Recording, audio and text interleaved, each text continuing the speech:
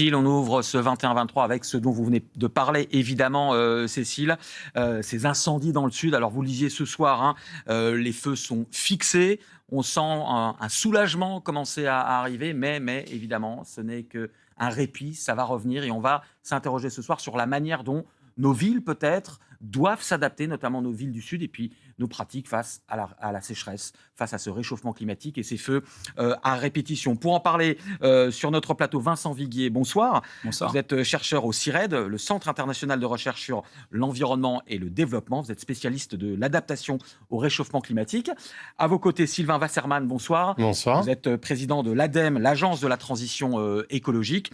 Et puis nous aurons également par visio le lieutenant-colonel Raphaël Duboulet. Vous êtes pompier du Gard au SDIS 34 et surtout chef du groupement technique et logistique. Et on aura aussi plein de questions à vous poser. Tout de suite, on va aller sur le terrain, retrouver notre envoyé spécial Mohamed Mezrahi. Mohamed, vous êtes à Marseille, vous avez suivi ces incendies. On sent bien, c'est fini ce soir, mais les gens ont eu très peur. Exactement, Loïc. Vous venez de le dire, les gens ont eu très peur. Certes, ce soir, c'est un répit, mais tout le monde, que ce soit la population ou les pompiers, restent sur leur garde. Vous l'avez dit, le feu est fixé depuis 16 heures. C'est la préfecture des Bouches-du-Rhône qui l'a annoncé. Fixé un peu plus de 24 heures après s'être déclaré sur une autoroute voisine de Marseille, au Pen Mirabeau. C'est un incendie qui s'est embrasé. Et juste après, il y a eu une propagation très rapide jusqu'ici, jusqu'à la ville de Marseille, particulièrement dans le 16e arrondissement. Donc le feu, il est fixé. Ça veut dire que il est toujours actif, mais qu'il ne progresse plus, il ne gagne plus du terrain. Mais les sapeurs-pompiers, ils restent mobilisés ce soir. Plusieurs centaines de sapeurs-pompiers, car ils craignent une reprise de l'incendie. Car certes, le vent souffle moins qu'hier, mais il y a quand même du vent. Donc il y a toujours cette possibilité que l'incendie reprenne. En tout cas, nous, aujourd'hui, avec Laurent Lefebvre, on a pu suivre une équipe de pompiers pour aller sur cette zone au nord de l'Estac, du quartier de l'Estac. C'est dans les quartiers nord de Marseille. Et là-bas, on a parlé avec plein d'habitants qui, je vous le disais, sont certes choqués, extrêmement choqués de la rapidité de cet incendie. Ils nous ont décrit des scènes apocalyptiques avec un incendie extrêmement fort, une intensité très forte qui s'est propagée très rapidement jusqu'à leur fenêtre. Je vous propose d'écouter le témoignage d'une des habitantes que l'on a pu rencontrer aujourd'hui. Certes, elle est choquée et elle n'a jamais vu ça ici à Marseille. Moi, c'est que matériel. Les murs sont encore entiers et c'est les voitures, voilà. Les voitures. Là, il y avait des panneaux de bois, il n'y en a plus. Les vitres de la véranda. Sur l'arrière, on a un petit studio et le petit studio, il a brûlé. Voilà. La toiture, la laine de verre à l'intérieur, tout a brûlé. C'est la maison de mon papa, ma maman, qu'ils ont construit avec leurs mains. Petit à petit, tous les deux. Mohamed, les flammes dans Marseille, ça c'est une première ? Complètement. La dame que vous venez d'entendre, Loïc, est née à Marseille. Elle a toujours connu cette ville. Elle le dit, c'était la maison de son papa et de sa maman. Elle a déjà connu des incendies. Mais jusqu'ici, elle nous disait que ces incendies, ils n'allaient pas jusqu'aux habitations. Là, il y a eu quand même plusieurs dizaines d'habitations qui ont été totalement ravagées par les flammes. Au total, 750 hectares ont été parcourus par ces flammes et elle nous a montré sa maison qui a été totalement endommagée. Même les voitures qui étaient garées devant les habitations ont été elles aussi ravagées par les flammes. Donc oui, c'est une première pour les habitants de Marseille qui ont pris aussi conscience avec cet incendie de ce réchauffement climatique, ces fortes chaleurs. On a connu des épisodes de fortes chaleurs ces dernières semaines et qui vont être amenés à se reproduire, notamment cet été. Le ministre de l'Intérieur, Bruno Retailleau, qui s'est déplacé hier au poste de commandement des marins-pompiers, lui a déclaré qu'il fallait s'attendre à un été à haut risque. Donc il a d'une certaine manière sensibilisé aussi la population, pas qu'à Marseille, sur ces événements de forte chaleur et ces incendies qui vont être amenés à se répéter assez régulièrement et plus particulièrement peut-être cet été. Merci Mohamed, notre envoyé spécial à Marseille. Vincent Viguier, vous écoutiez ce que nous disait notre reporter sur le terrain. J'ai presque envie de vous poser la question. On découvre la Lune, là. Ça allait arriver un jour d'avoir des flammes dans une grande ville comme Marseille. Alors, c'est toujours difficile de dire a posteriori. En tout cas, ce qui est sûr, c'est que le risque de feu de forêt euh, euh, augmente année après année du fait des impacts du réchauffement climatique. Alors, modulo les mesures d'adaptation qui peuvent être mises en place pour essayer de limiter, mais en tout cas, la multiplication des épisodes de temps très chaud et très sec font que une part de plus en plus importante de la forêt française est à risque. Et donc là, ça se produit dans le sud de la France, mais il ne faut pas oublier que le risque remonte petit à petit vers le nord de la France, et que ce qui a été là observé à Marseille peut être observé demain, enfin cet été ou dans les années suivantes, dans d'autres villes qui sont dans des zones dans lesquelles on s'attendrait, disons, beaucoup moins à ce qu'il y ait des feux. Sylvain Wasserman, on a toujours l'impression de dire il faut prendre conscience de... Et là, on est quoi? On est vraiment au pied du mur. On ne l'a pas encore pris dans la figure, mais enfin, on est proche. Alors d'abord, c'est bien sûr des drames humains. On l'entendait dans vos témoignages. Il faut toujours le rappeler. Et c'est ça qui est le plus frappant. Mais je crois que vous savez, dans tous les sujets du dérèglement climatique, à un moment, on ne peut pas que gérer les effets les uns après les autres. Il faut s'attaquer aussi aux causes. Donc oui, ça peut être un rappel sur les causes. Et il faut en même temps travailler sur ces effets. L'adaptation, c'est un sujet très important, on va en parler. Et notre challenge, c'est de préparer, d'anticiper, d'agir concrètement sur les causes et de s'adapter aux effets. Et je crois que c'est tout ce processus-là, toute cette réflexion-là, qui, à chaque drame, sur les inondations, sur la canicule, sur les incendies, à chaque drame, c'est un rappel que traiter les effets ne suffit pas. Et on va notamment parler d'une de vos études à l'ADEME qui est absolument édifiante. Juste par vision, on vous retrouve, lieutenant-colonel Raphaël Duboulet. Ce qui s'est passé à Marseille, comme je le disais sur le plateau, est-ce que c'est une première? Est-ce que, voilà, y compris pour vous, pompiers sur le terrain, vous avez l'impression qu'un cap a été franchi, j'allais dire, ces feux urbains dans une très grande agglomération? Eh bien oui, vous savez qu'on fait face à ce réchauffement climatique, et les feux de forêt aujourd'hui s'attaquent aussi maintenant à proximité des villes. Le sujet, c'est les interfaces forêt-habitat avec globalement la perte de l'agriculture autour des villes, et qui fait qu'aujourd'hui, on se retrouve dans des situations où le feu rentre dans les villes. Et donc aujourd'hui, on s'y prépare, bien sûr, on s'équipe également. Et on fait face, voilà. Et l'ensemble des moyens sont déployés en priorité pour défendre les habitations. C'est une stratégie sur laquelle on s'emploie en permanence. Alors, on va tout de suite retourner sur le terrain parce qu'on va parler évidemment des causes. Il faut aussi parler de la gestion. Il y a plusieurs aspects qu'on va aborder et dont on va débattre. Il y a la question évidemment notamment des réserves d'eau. Comment gérer les réserves d'eau pour les pompiers? Regardez un extrait du reportage de Victor Frédéric et Simon Ricotier ce soir dans notre journal de 20h et on en parle juste après. Depuis 2 ans sur son exploitation viticole, Brice Cassagne a changé le vin en eau. Ce sont des cuves qui font environ 300 mètres cubes chacune. Donc ça permet en fait de répondre à un besoin d'urgence, on va dire. Au nord de Perpignan, ces cuves qui n'étaient plus utilisées sont désormais à disposition des pompiers pour lutter contre les incendies. Ça fait effectivement autour des 3600 ou 3800 mètres cubes d'eau stockés. Donc ça permet quand même de remplir quelques camions et de pouvoir permettre de répondre déjà en grande partie au démarrage d'un feu. Comme celle-ci, 16 autres cuves viticoles des Pyrénées-Orientales font désormais office de réservoirs. Des nouveaux stockages qui complètent un maillage de 300 citernes réparties sur le département. Un réseau qui permet aux pompiers d'accéder à l'eau dans les zones difficiles, au plus proche des incendies, ou lorsque les sources naturelles comme les rivières sont à sec. L'eau qui d'habitude coulait sur nos trois rivières principales dans le département, elle se raréfie. Et donc il faut qu'on trouve des moyens d'amener de l'eau différente. Et de protéger en même temps, d'amener de l'eau et en même temps de protéger l'eau potable. Aujourd'hui, chaque département gère ses réserves tactiques. Et si le sud de la France, très touché par les incendies, est bien doté, les départements du Nord pourraient bientôt devoir investir massivement alors que les incendies gagnent du terrain partout dans le pays. Lieutenant-colonel Raphaël Duboulet, ça, la question des réserves d'eau, c'est le nerf de la guerre, si j'ose dire. C'est majeur. Vous savez, nous, on utilise beaucoup d'eau, évidemment, pour éteindre les incendies. Et les réserves d'eau tactiques, comme le rappelait les Pyrénées-Orientales, est un effet majeur. Donc, nous stockons, nous aussi, dans l'Hérault, des centaines de mètres cubes qui sont à disposition de la lutte et au plus près de la lutte.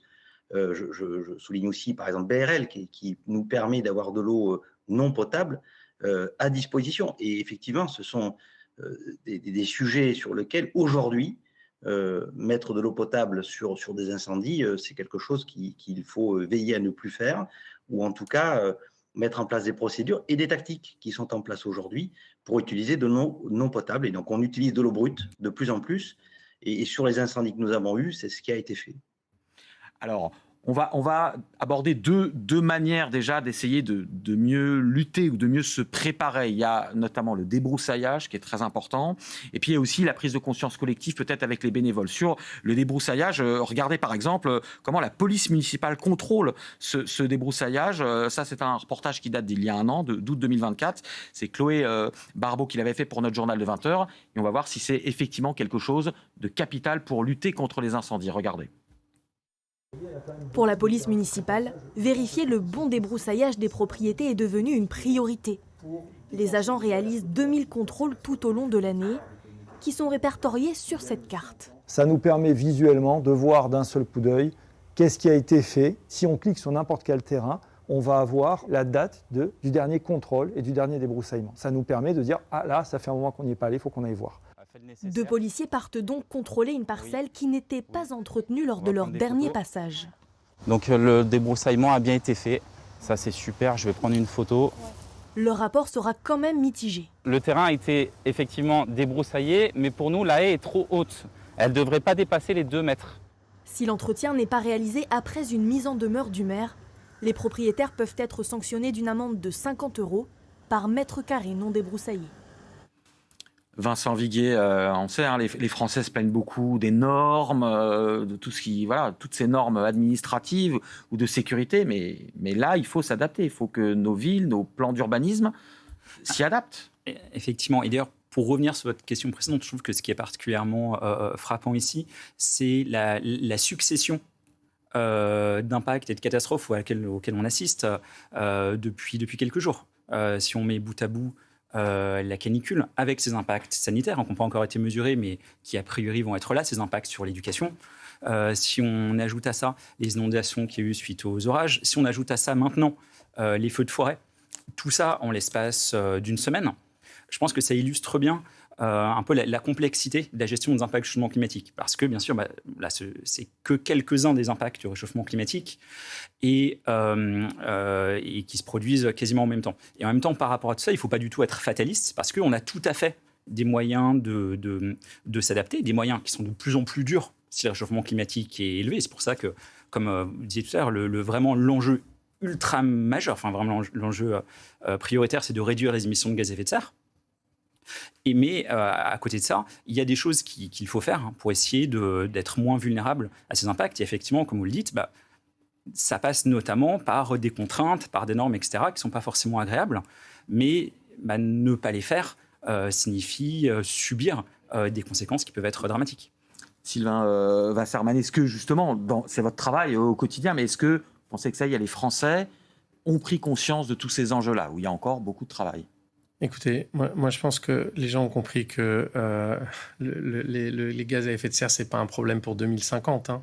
Et est-ce qu'ils ont quitté la théorie à laquelle ils veulent bien adhérer, mais... C'est un problème aujourd'hui qu'on ressent dans tous les événements que vous avez pu dire. Nous, notre travail à l'ADEME, c'est très modeste par rapport à tout ça, mais c'est d'essayer de voir comment, on parlait des incendies, et c'est le sujet, comment toutes ces forêts qui sont une ressource précieuse et qui stockent du carbone, quel est l'impact de ces incendies et comment réduire l'impact. Parce qu'à chaque incendie, ça libère du carbone. Vous savez qu'un arbre, un quart de son poids, c'est du carbone. Donc quand il brûle complètement, ça part dans l'atmosphère. Donc comment on évite tous ces phénomènes-là ? C'est sur ça qu'on... Et justement, l'ADEME a fait une étude qui est absolument édifiante là-dessus, sur en fait l'impact carbone et aussi une cartographie des vulnérabilités dans nos forêts. En fait, on a financé une thèse. Vous savez, l'ADEME finance quelques thèses, 50 par an, qui sont des thèses qui peuvent avoir un impact opérationnel sur tous ces sujets de carbone, parce qu'il faut les maîtriser et les comprendre. Donc on a un chercheur qui s'appelle Lilian Vallet, qui est maintenant aux États-Unis, donc je le représente aujourd'hui, qui a fait une première mondiale. Il a réussi d'abord à quantifier en traçant jusqu'aux molécules de CO2, en les caractérisant avec des modèles statistiques complexes, quantifier les incendies, notamment ceux de 2022, qui étaient un grand pic d'incendie, pour savoir combien de tonnes ça a émis. Je vous donne le résultat brut, c'est 8 millions de tonnes. 8 millions de tonnes, pour vous donner une idée, toutes nos forêts en France, elles absorbent tous les ans 27 millions de tonnes. Vous voyez, c'est à peu près un tiers de tout ce qui est absorbé tous les ans par l'ensemble des forêts françaises. Donc c'est significatif. Mais surtout, nos forêts ne sont pas égales en termes de vulnérabilité. Et il a réussi, là aussi, après des années de travail, à cartographier à 10 mètres près toutes les forêts françaises, avec notamment des données de l'ISS, des données satellitaires, avec des modèles mathématiques puissants, à cartographier tout ça à 10 mètres près pour établir des zones de vulnérabilité des différentes forêts, en fonction de la nature des arbres, en fonction de la résistance, en fonction de leur capacité à recréer du carbone après, à recapter du carbone après. Donc pour qu'on puisse éventuellement mieux protéger, exactement. Intervenir plus près, plus vite sur ces points sensibles. Exactement. Et fin 2024, donc c'est en train de se faire là, ces cartographies précises à 10 mètres près permettent notamment aux pompiers qui gèrent, vous savez, ils ont une gestion très, très précise des priorités, de pouvoir se focaliser sur les axes prioritaires. Donc c'est un exemple de travaux de recherche, pas du tout théoriques sur 2050, très pratiques et qui peuvent avoir des actions concrètes et des traductions concrètes dans les cas dramatiques qu'on a pu voir. Alors, vous mentionniez votre chercheur qui a notamment travaillé aux États-Unis. On va justement aller aux États-Unis parce que c'est peut-être ce qui nous attend pour le pire. On se rappelle notamment des gigantesques incendies qui régulièrement ravagent Los Angeles. Regardez encore un extrait d'un de nos reportages qui a juste quelques mois. C'était en janvier 2025. Et puis, on va développer après ce qui se passe notamment aux États-Unis. Le retour du vent à Los Angeles après une accalmie ce week-end. Il attise de nouveau les incendies et devrait souffler de plus en plus fort au cours de la journée, jusqu'à atteindre 110 km/h. Cet épisode devrait durer au moins jusqu'à mercredi, alors les pompiers sont lancés dans une nouvelle lutte contre la montre. En avion, ils déversent des produits retardants sur un terrain escarpé. Il faut aussi éteindre les fumerolles pour éviter que le feu ne reparte. En renfort, 1000 prisonniers ont été envoyés combattre le feu. Et on va retrouver tout de suite notre correspondant aux États-Unis, Franck Genozo, parce que justement les États-Unis, et la Californie plus précisément, commencent à développer un concept de zone zéro autour des habitations, autour des maisons. C'est quoi ce concept de zone zéro, Franck ? La Californie a décidé de concentrer ses efforts sur ce qu'on appelle ici la zone zéro, une zone tampon d'1,50 m autour des maisons ou des bâtiments où les autorités recommandent aux habitants de ne rien entreposer qui puisse brûler, car la plupart du temps, lorsque les braises se répandent en ville au moment d'un incendie, elles ne brûlent pas directement les maisons, elles brûlent les objets qui sont positionnés à proximité.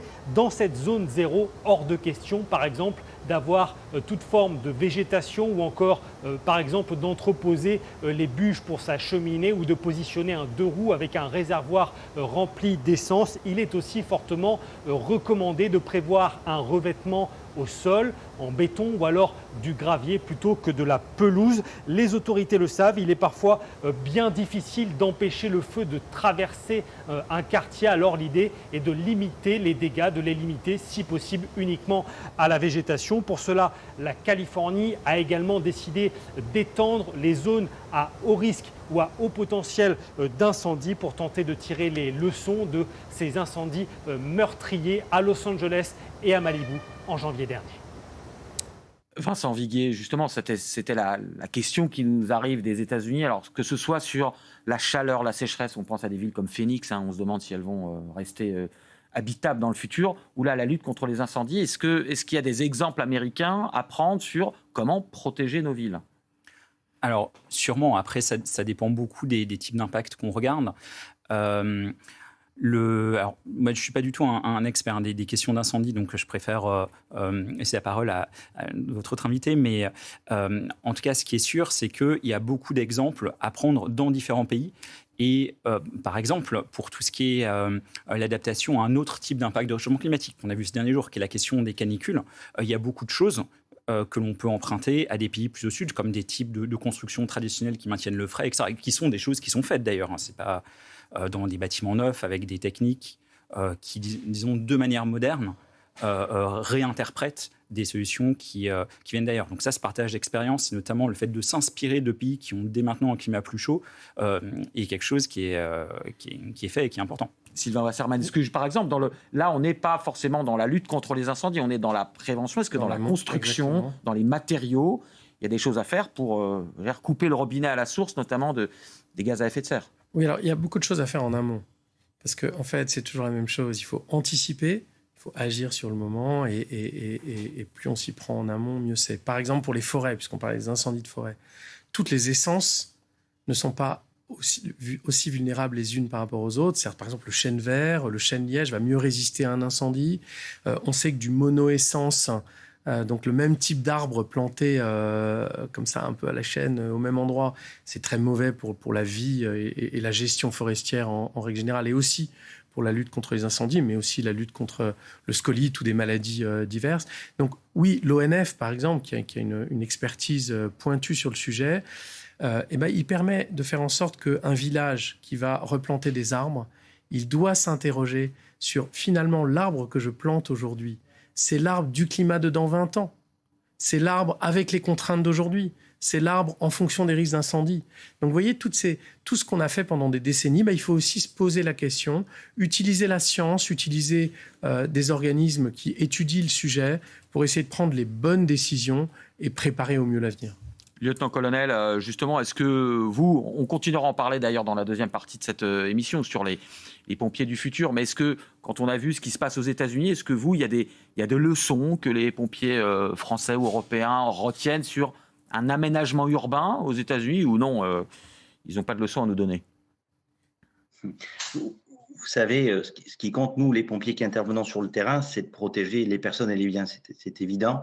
Et c'est notre action prioritaire qui est lancée. Je ne peux que m'inscrire sur tout ce qui a été dit, c'est-à-dire que les obligations légales de débroussaillement, l'accessibilité aux habitations et la ressource en eau sont des notions de défendabilité. Et moins on a la présence de ces trois facteurs, moins les secteurs sont défendables, et donc pour lequel les moyens sont consommés à la protection des habitations.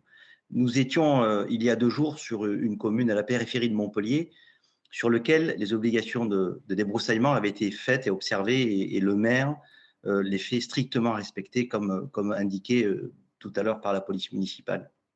Il y a sans commune mesure le résultat de cette efficacité, c'est-à-dire qu'on observe que les habitations sont totalement protégées lorsque les habitants assurent le débroussaillement. Donc c'est d'évidence un facteur qui est inspirant et pour lequel aujourd'hui il faut absolument faire appliquer, parce que on observe que les habitations sont protégées et ça consomme beaucoup moins de moyens qui peuvent être par ailleurs mis sur d'autres secteurs pour survenir à l'extinction de l'incendie. Et ça, c'est quelque chose qu'il faut qu'on poursuit, et il est important. Les essences telles que, voilà, on a pu indiquer, sont aussi des éléments qu'il faut réfléchir pour les prochaines années, et éviter d'avoir des pins inflammables qui sont à proximité des habitations, tout simplement. On est dans le sud de la France aujourd'hui, on est tous concernés par ce phénomène, et il faut commencer à réfléchir différemment. Et on va continuer à parler de l'avenir tout à l'heure dans la deuxième partie de cette émission. Merci à tous les trois pour l'instant.